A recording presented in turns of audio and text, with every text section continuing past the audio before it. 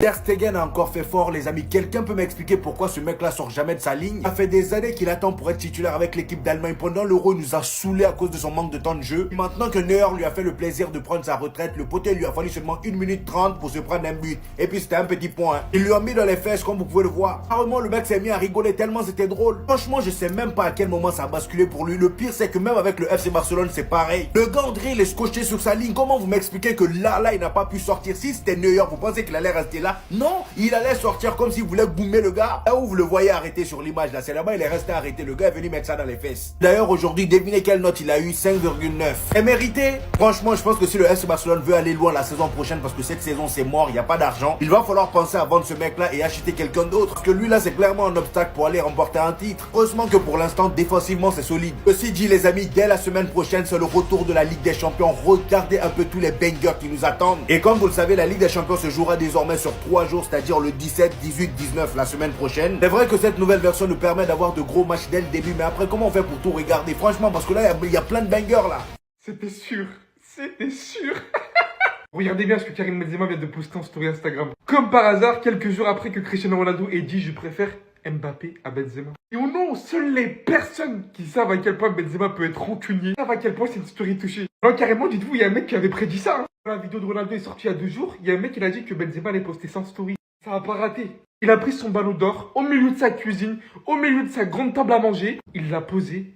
Admirez ce que j'ai. L'un des ballons d'or les plus mérités de l'histoire, si ce n'est le plus mérité. Il arrêtera tellement jamais avec ses stories énigmatiques. Pot ou pas, il en a rien à faire. Hein. Dites-vous qu'il avait posté 100 stories lorsqu'il avait appris que Kylian ne venait pas au Real Madrid. Vous pouvez dire ce que vous voulez. Hein. Ça se voit un minimum qu'il n'est pas les meilleurs potes avec eux. Et en vrai, c'est touché un peu quand même, parce qu'on a pu voir à maintes reprises que Karim Benzema, c'était toujours ce mec qui essayait de faire le moindre effort envers eux. Mais aujourd'hui, rien que le fait qu'il envie un follow uniquement Vinicius sur Insta, en délaissant les 2 autres, c'est pas les meilleures relations du monde, quoi, on le sait. En tout cas, il a beau être en Arabie Saoudite, hein, il a pas changé. Il y a toujours un truc que j'attends depuis des mois. C'est quand il avait fait la story, et je vais prendre la parole pour le peuple. Je sais pas s'il attend sa fin de carrière ou pas, mais une chose est sûre, on attend tous ça. Qu'il sorte des dingueries autour d'une table. Mais Rodrigo, tais-toi, c'est pas le moment. C'est passé complètement inaperçu, mais Rodrigo a craqué, les amis. Il veut prendre les choses en main. Suite à sa non-nomination dans les 30 pour le Ballon d'Or, Rodrigo a fait une interview où il parle de son mécontentement. Et le pire, c'est qu'il a dénoncé son rôle au Real Madrid. En ce qui concerne le Ballon d'Or, il dit « J'étais bouleversé, je pense que je le méritais. Je ne veux pas rabaisser les joueurs qui sont là. Mais je pense que j'avais ma place dans les 30. C'était une surprise. Mais je ne peux pas faire grand-chose, ce n'est pas moi qui décide de ces choses. » Et même Marcelo l'avait soutenu. Voici ce qu'il a dit. Il dit « Rodrigo pas nominé pour le Ballon d'Or? Je ne comprends pas. Quels sont leurs critères? Pour moi, Rodrigo est top 10 mondial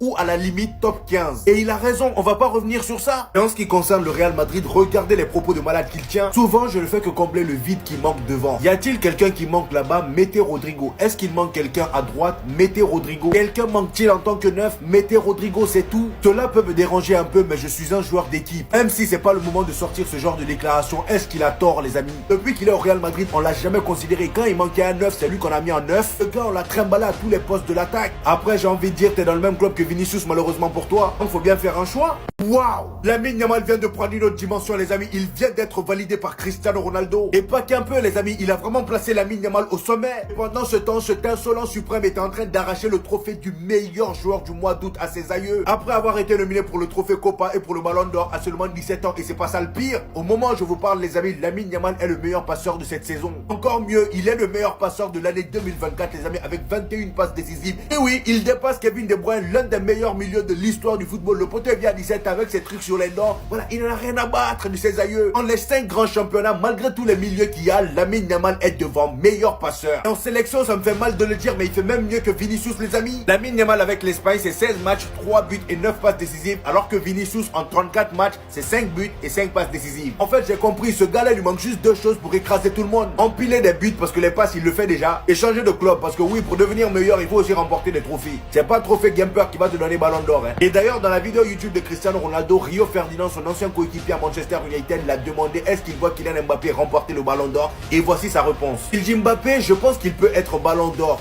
Lui, probablement Haaland et Bellingham aussi. Rio Ferdinand a rajouté Vinicius. Et Cristiano Ronaldo a sauté dessus pour dire et aussi Lamine Yamal. Déjà chapeau à Lamine Yamal, mais Cristiano Ronaldo, Vinicius est ton héritier. Ton nom devrait débarquer dans ta tête en premier. De toute façon, elle aura son Ballon d'Or bientôt, que tu le veux ou non. Regardez bien ce qu'il a dit, hein. Il a pété un câble. Mais au bout d'un moment, il était obligé de prendre cette décision.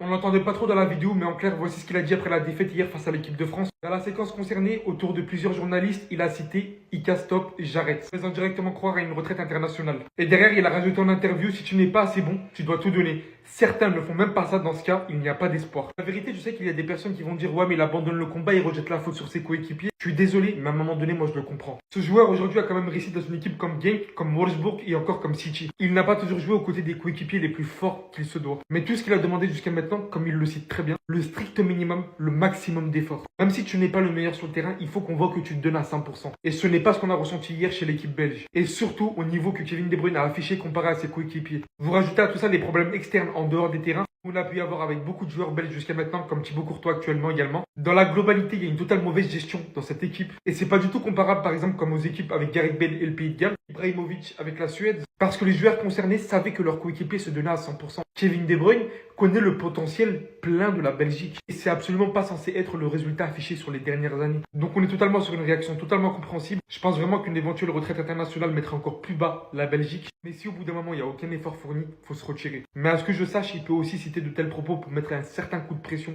à la direction. À voir comment ça va se dérouler, mais franchement, c'est décevant de la part de la Belgique dans l'ensemble.